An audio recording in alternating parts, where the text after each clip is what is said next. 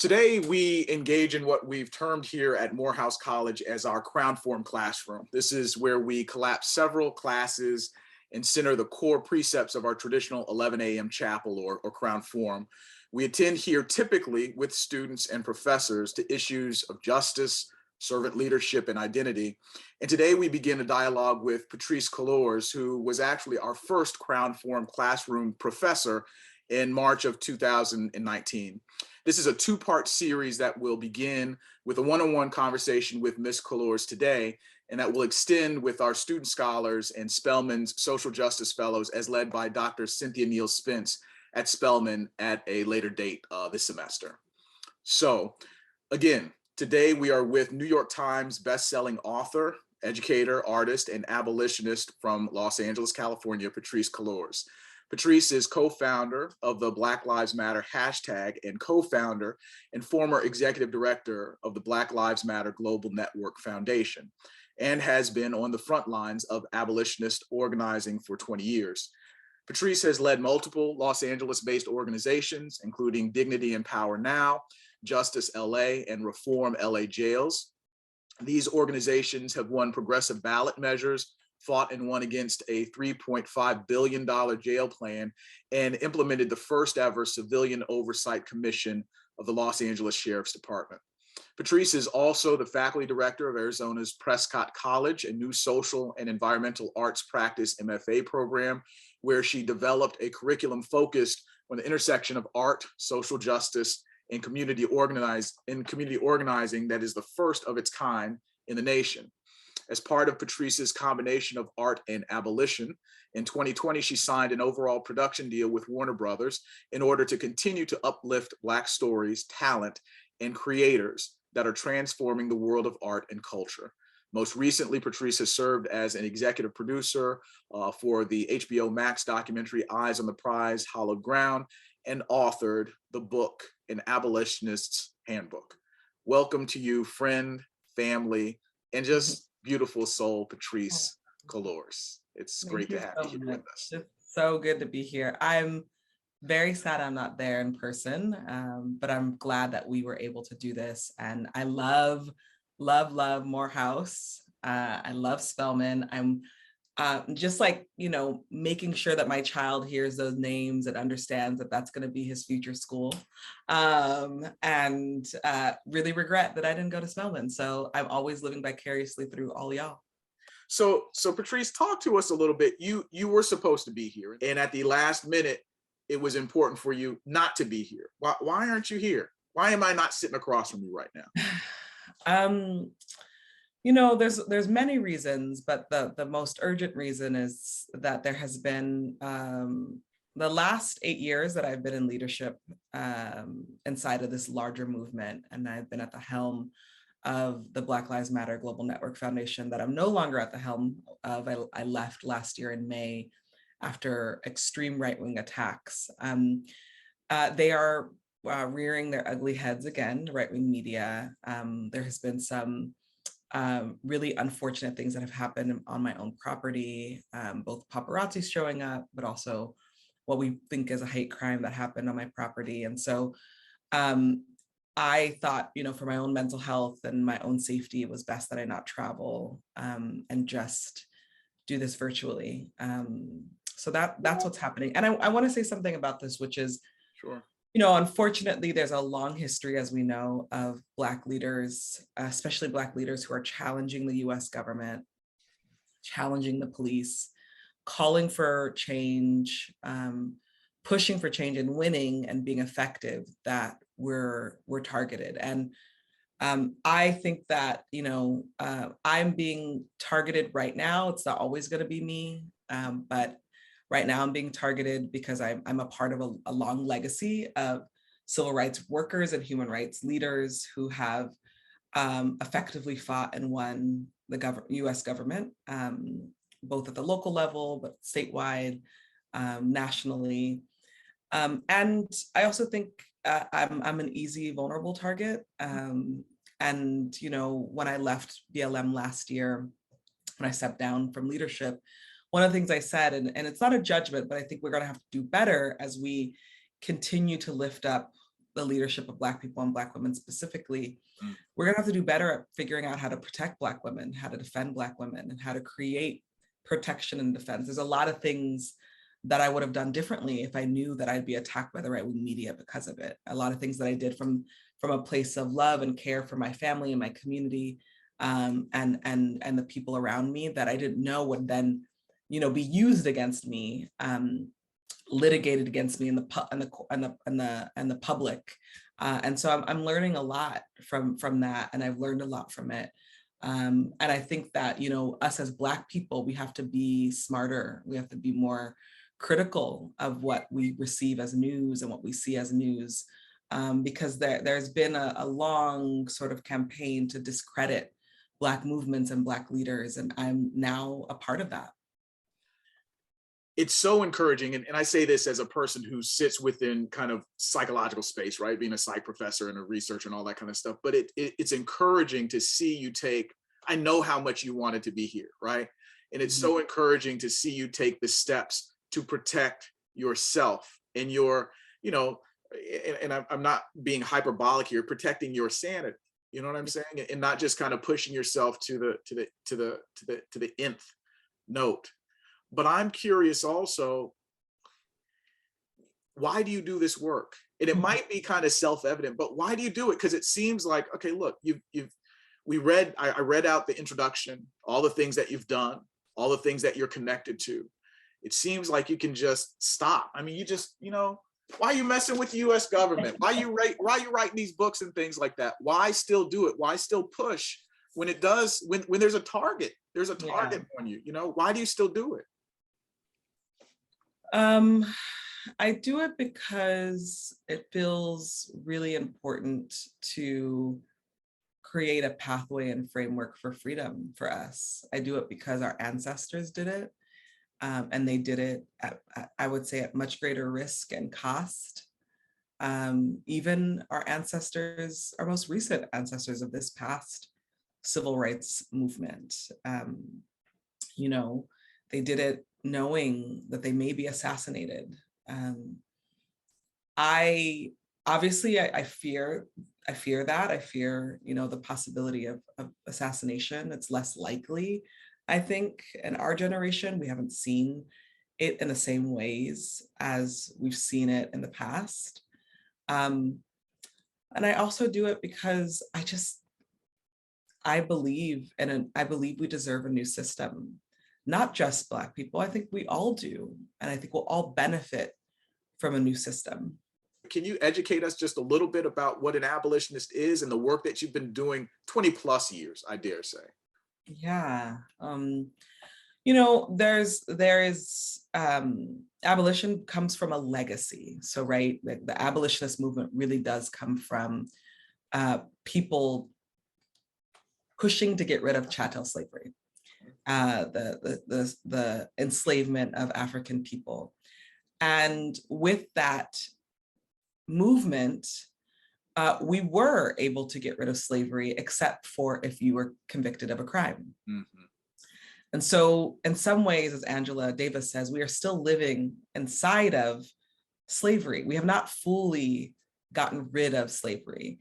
And so this is an extension. Modern day abolitionists are still moving to get rid of slavery, the vestiges of slavery, which is currently inside our police and prison system. So our job as abolitionists is to get rid of police, prisons, surveillance, detention centers, courts, as we know it. But those systems don't operate on their own. You're a psychologist, so the psychology of systems impact the psychology of human beings, impacts the culture of human beings. And so my next challenge, and why I wrote this book, is I'm not just interested in abolition as a framework of getting rid of systems. I'm also interested in abolition as a framework of how we behave, how we treat each other, how we show up for each other, how we relate to one another. Abolition feels critical and creating a culture of care versus a carceral culture. In the book, I call it cancel culture. We've publicly known it as cancel culture, but I'm actually changing the name to carceral culture. We have to challenge carceral culture. And so that is really what is going on. when you write this book, it says, of course, abolitionist, an abolitionist handbook, but it's 12 steps to changing yourself. You lead with changing yourself and then changing the world. So how is an abolitionist changing kind of the systemic dogma that frames their own psychology or their own thinking? How are you changing yourself in being an abolitionist? What are you doing? What do you start with, maybe?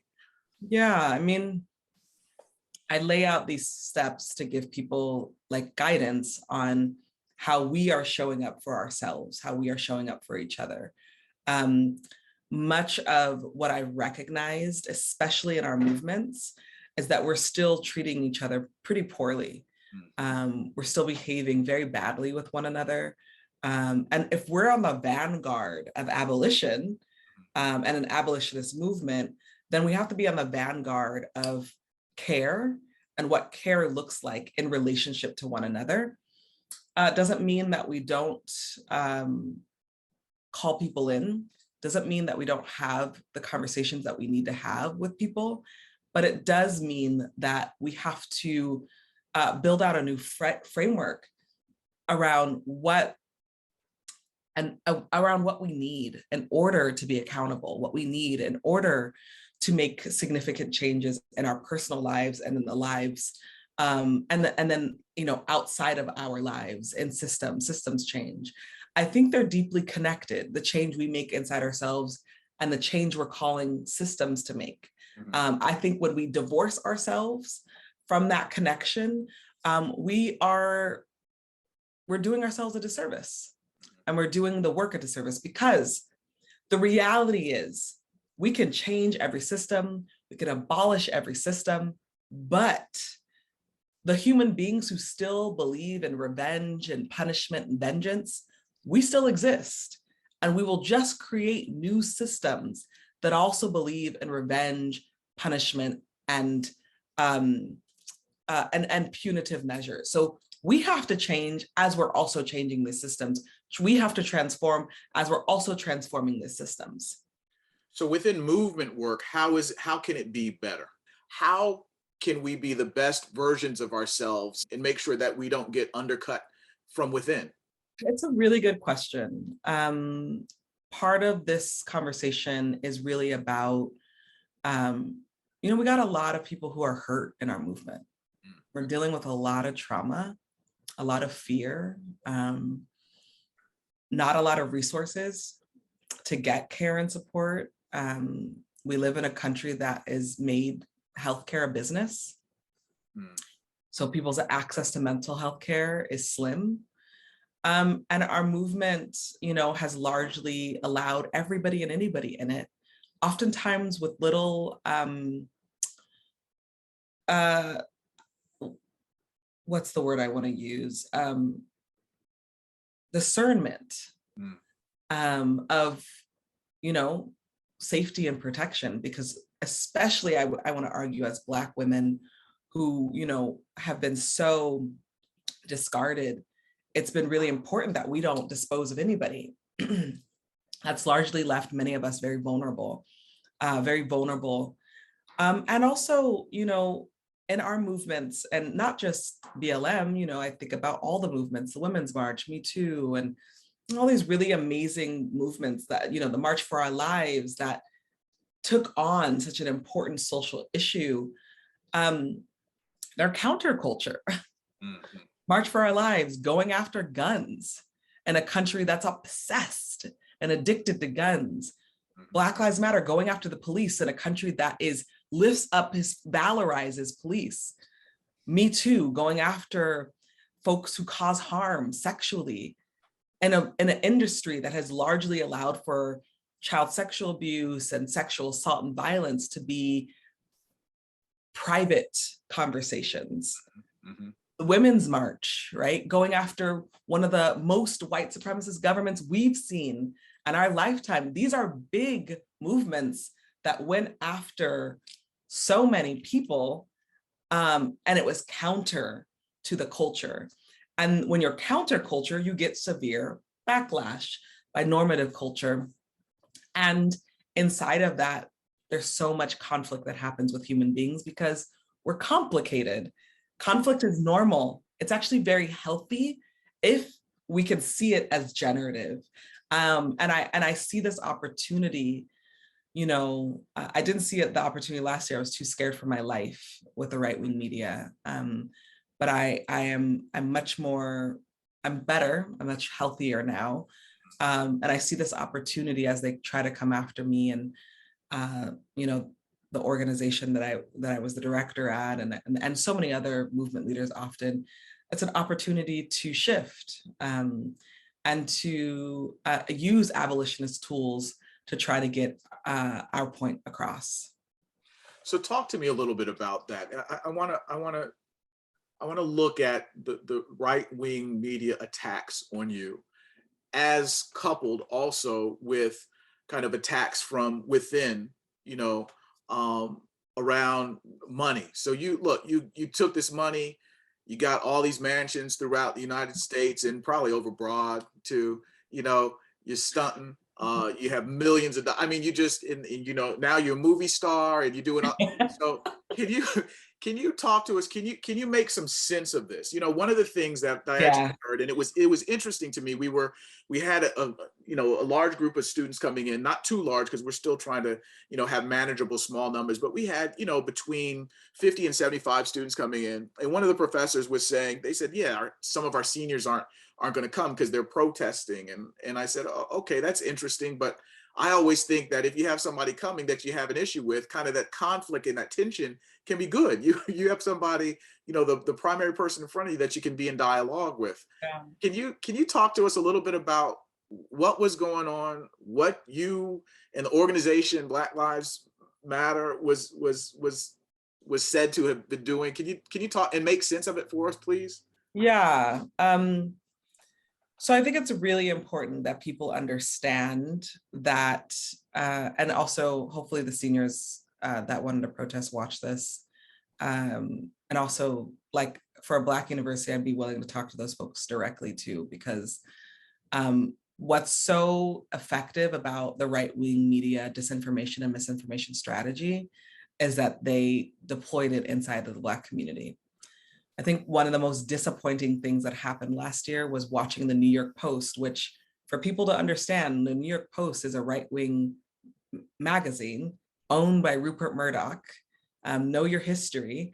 To see them post about me and then the Black media, and I put in quotes, not all Black media is actually Black, spread those rumors. So, so many Black media spread the rumors, and it was like, wait, you guys, are you going to ask me any questions? Are you going to talk to me? I was naive to think that Black journalists and Black media would be interested in talking to me first versus spreading misinformation and disinformation and really like celeb gossip, right? Yeah. Treating me as a celebrity. I'm not a celebrity, I'm a political figure. I'm an artist. And the impact that had on me is very different than it would have on a celebrity who does actually have access to many resources. So I just want to name that. But in 2020, before Black Lives Matter received millions of dollars, it probably had 1.5 million, maybe less than that. So that's very important for people to understand. And we were fiscally sponsored. Black Lives Matter Global Network was fiscally sponsored because we were still trying to figure out our infrastructure. We were still a small org trying to figure out, okay, what do we want to do? Do we want to have a C3? Do we not? That money came into our fiscal sponsor, that was Thousand Currents. And it was too much. Thousand Currents is a small fiscal sponsor. They're like, you're too big for us. Like, you have more money than we do. Y'all gotta go find somebody else. And it was loving. They had been talking to us for about a year about transitioning us out. And so we went to Tides Foundation. In the in-between time, Black Lives Matter Global Network Foundation became a C3. We got our legal status. So some of this is also really boring and like business. So if there's any business school students, then you'll know some of this, like how to build a legal entity. And that legal entity, as well as Tides, was holding money. Lots of people were giving money. People have to know, we didn't go solicit the money. This was money that came from white guilt, white corporation guilt, and they just poured money in. And we were not the only organization that received a ton of money. many, many Black organizations nationally, but also locally. I heard about a bunch of Black organizations that were receiving money at this time. It was a big surge. And this is a good thing. This was a good thing. But I remember feeling nervous about it because I was like, oh man, now we got all this money. We have to explain to people, like, we're not even ready for all this money. We were not ready for all that money. Everybody kind of, because we live in a capitalist system, we think about money like, oh, great. All this money is going to come, all our problems are going to be fixed. But if you are a Biggie fan, mo money, mo problems. Right. For real.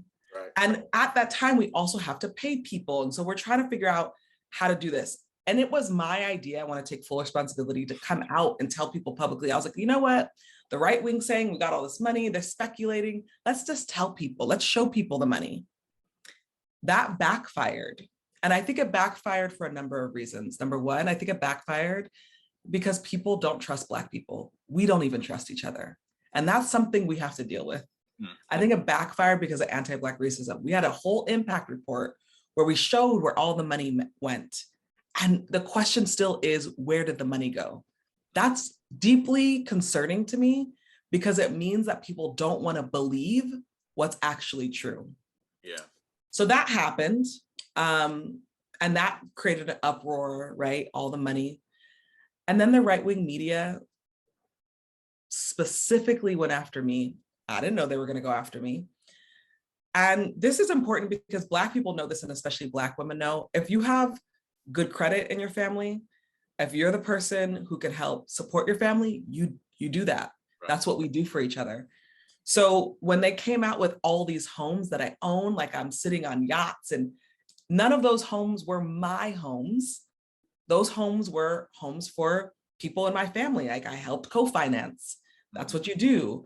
I got credit, use my credit score so you can get a loan. Like that's what we do for each other. And I've done that for years. When I was the first one to get a car in my family and my cousins had bad credit, I just co-financed, no problem. It's just how I am. Did I think it would be used against me and weaponized? Never in a million years, because then I wouldn't have done it. Yeah.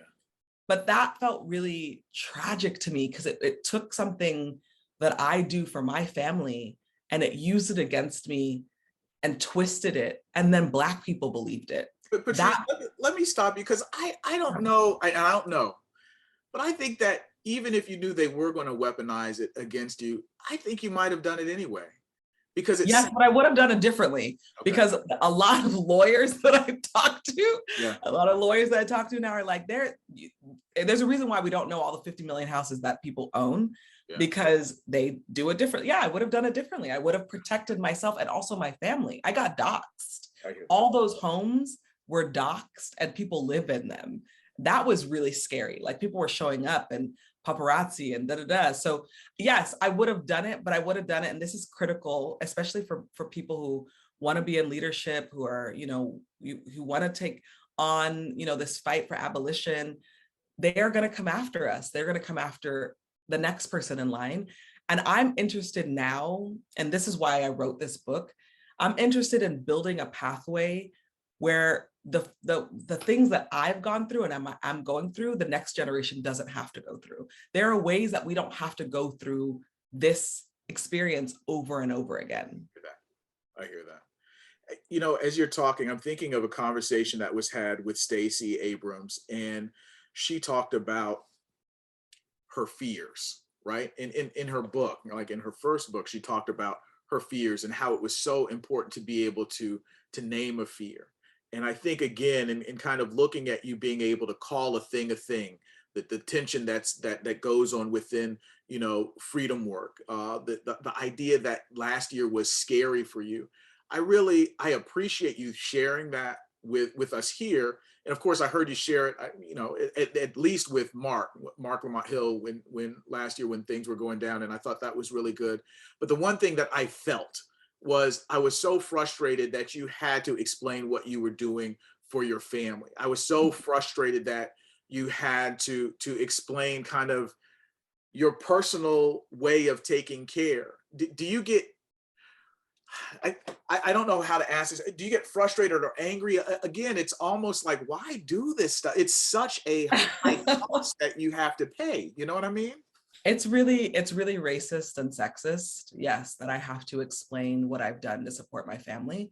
It's also racist and sexist that I stole. I want to make it really clear, I've never done anything illegal. Yeah. In fact, if you talk to people who are in my life, they would say you've been underpaid and overworked for what you've done. And I've never consistently had resources that come from movement because I wanted those resources to go to everybody else. My first organization that I ever started, I never got paid for it. It's now a very well-funded org. Everybody gets paid. They have 401k, they have salary. I never experienced that. Another org that I developed, I got paid for the first year, then I handed it over. BLM, there's so many ways. I also take responsibility for setting it up that leaders shouldn't get paid. That's a lie. Leaders should get paid. They should get paid well. How many times have we seen Black leaders, die broke, can't pass anything on to their children? I started recognizing that, and I was like, okay, so if I'm not gonna get paid for the movement, let me go get all these other jobs. Let me be a professor. Let me get other deals. Let me make sure that I can take care of myself and my family, because I don't want to end up like that. And that should be actually rewarded. Right. There should be like, oh, but it's this idea that I'm sneaky or I'm doing something nefarious. And that is incredibly anti-Black and sexist. And we have to call it what it is. The other thing, and then we can wrap this up. Yeah. With the global network, and everybody's been like, well, why haven't you shown them money? It's going to actually release and show it differently this time. But I also think that everybody was scared. Nobody has been in the position that we have been in, that I was in, that the network was in. That scary. Everybody loves the name, but having to hold the hot potato around leadership is very scary. You don't know what it feels like to have the entire right-wing apparatus go after you, your family member, and anybody and everyone around you. That is a very scary thing to ask people to be in front of. So, knowing that the right-wing media has really largely created the narrative, it's time that we create a new narrative. $30 million in 2 years has gone directly back to communities. $30 million has gone to grassroots organizations across the country and North America. That's really important for people to understand. That's most philanthropy does in a decade. Mm-hmm. So, there's so much here, and I'm excited. Like, I'm really looking forward to Black Lives Matter sharing numbers and talking and talking out their leadership, because I think it's going to be important for people. It's going to help rebuild trust. And I think Black people need to really show up for the moment and understand what's happening right now and how the right-wing media is taking any opportunity to undermine all the work that's happened for the last decade. So let me ask you this, and I think that last part is so crucial. $30 million plus went to grassroots organizations and went back to the community. Why would anybody want to undermine that? I mean, we live in this space where we want everybody to be free and feel good about themselves, and the work that you're doing should be rewarded. Is it the media and the state's purpose to target you, to target leadership, so that Black fact, as my mother would say, becomes blurry, fuzzy, and compromised? Yes, so absolutely. We don't see the work that's been done. Yes, and frankly, Black Lives Matter hasn't done a good job at showing, not a judgment. Like, there's a lot going on inside of that organization because of all the attacks, mm-hmm. but it hasn't done a good job at showing a different narrative.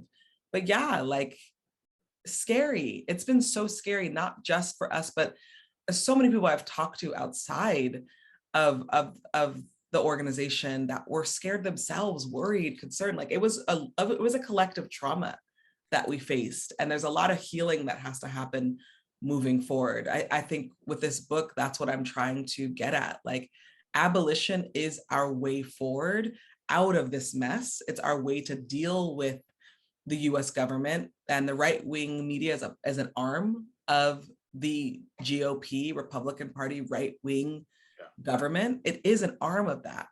I think it's the National Legal Policy Group. That's the nonprofit right-wing group that has me on their website front and center right now, going after me. This is all a concerted effort. It's not a conspiracy. We could see it happening. It's a concerted effort to undermine. And I think, it's why I believe in abolition. Like after everything I've gone through, abolition feels like the answer, the only answer to move us forward. But Patrisse, what you're talking about in terms of abolition is so closely associated and linked to this tag of defund the police. You're trying to say that we don't need police. We need police to keep us safe. We need people to walk around and to patrol us so that we're able to be safe. Are you saying we don't need that? I think we need safety and security. Everybody deserves that. Police do not give us safety and security. We know that as Black people, we've experienced that over and over again. I know that growing up inside of a heavily policed neighborhood. I'm saying that we can get to safety and security in another way. I'm saying we get to safety and security in each other. I think that the government can keep us safe and secure by giving us access to housing, healthcare, mental health care, food. I think that we have really created the idea of safety inside of a militaristic model. But safety comes when you feel like you know what meal you're going to be able to eat and what your children are going to be able to eat. Safety comes when you have access to green space, to nature. Safety comes when you feel like your government cares about you, doesn't neglect you. Neglect is the highest form of punishment. Neglect is when you neglect people. It's why they use neglect as a part of torture tactic, right? Neglect people of food, neglect people of light, neglect people of touch. That's torture, that's punishment. We have to change that because that's the current system that we live in. I like that because I think that so often what happens is you're clearly talking about paradigm shifts, right? We're clearly talking about thinking and doing things differently. And there seems to be just this interesting fear of folks who at least articulate themselves as being an authority that you're taking something away from me. And it's really about giving and complicating the lived experience more responsibly in terms of how it is that we understand. I really like this idea of safety and security and what it means. It's not a gun on somebody's hip that's able to be drawn to protect, right? That's right. And to visit violence, right? That's not the solution, at least in my estimation of things. So I appreciate that. I wonder if you're able to, and you've done that in some respects in this book, is to dream a space anew. As you're talking about, green space, what automatically comes to my mind is this oasis. What does an oasis of goodness, of freedom, of health and space and security look like? If you had, your druthers and were in this kind of dream utopia that can be realized, that exists within, this democracy that is America, what would it look like to you? It would look like us having access to not just basic needs, housing, water, food, shelter, but it looked like us also having access to beauty, and access to, it's why in so many other countries, art is not seen as an extracurricular, but as a core function of how we are able to build as human beings. I'm very interested in that. I'm very interested in beauty and pleasure as part of our right as human beings, because that's part of what we feel. It's part of our, it's part of what we experience. And tell me this, Patrisse, how is it that what do you attribute your strength to in terms of being able to come at least on the other side of last year? But you've had, if we read, when they call you a terrorist, if we read, your writings, if we look at talks you've given, you've been very, very self-disclosing in terms of sharing the trauma that you've been through so that others might not have to go through, how it is that you've gone through trauma. How do you, and oftentimes I don't like to talk about it like, put trauma front and center, because I think that so often what happens is Black folks' trauma is conflated as being them being pathological by definition and all this kind of stuff. Right. But I think that the way that you have put it for us is a healthy approach. Where do you get that strength from? I mean, it's hard. This last year, it was truly pulling from the people in my life, because I didn't have it. Yeah. I didn't have it. I mean, maybe I had it because I'm still here, but I was truly struggling, truly struggling. And what I can't do is go back to that place. It was a very scary place. It's, I imagine it's how people feel who've been wrongfully convicted. Yeah.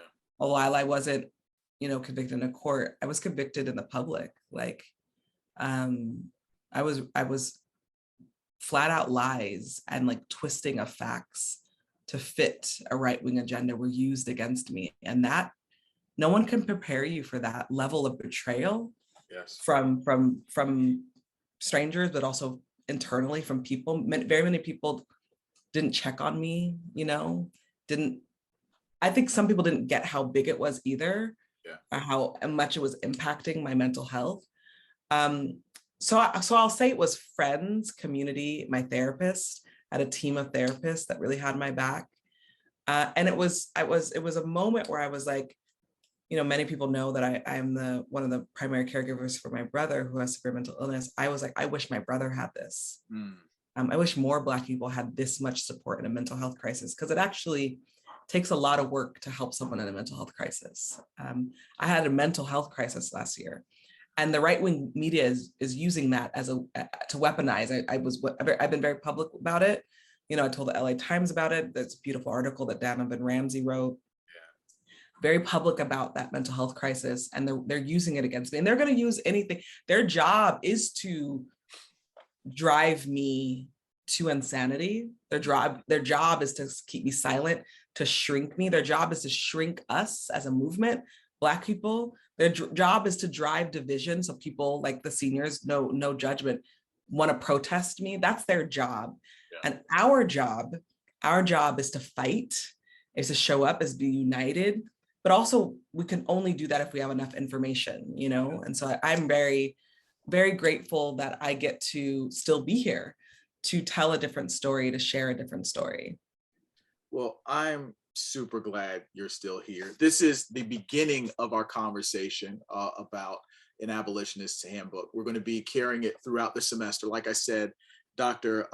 Cynthia Neal Spence is going to be in conversation with you and students, so that this is going to be kind of, the beginning of a bookend experience. But I just want to thank you for showing up, for being here and being courageous. I think that your sharing of yourself, the way that you have, you just know it's saved lives. You just know it has. And so I thank you for being you. I thank you for being here. I look forward to seeing you in person on campus. I can't wait. And just thank you, and keep pressing, sister. We need you. We need you. Thank you. And thank you for, you've been a really amazing friend, and you've been so generous. So I just want to thank you for that. Thank you to the Morehouse community for always having my back. I cannot wait to be back on campus. I can't wait to hang out with y'all. And thank you.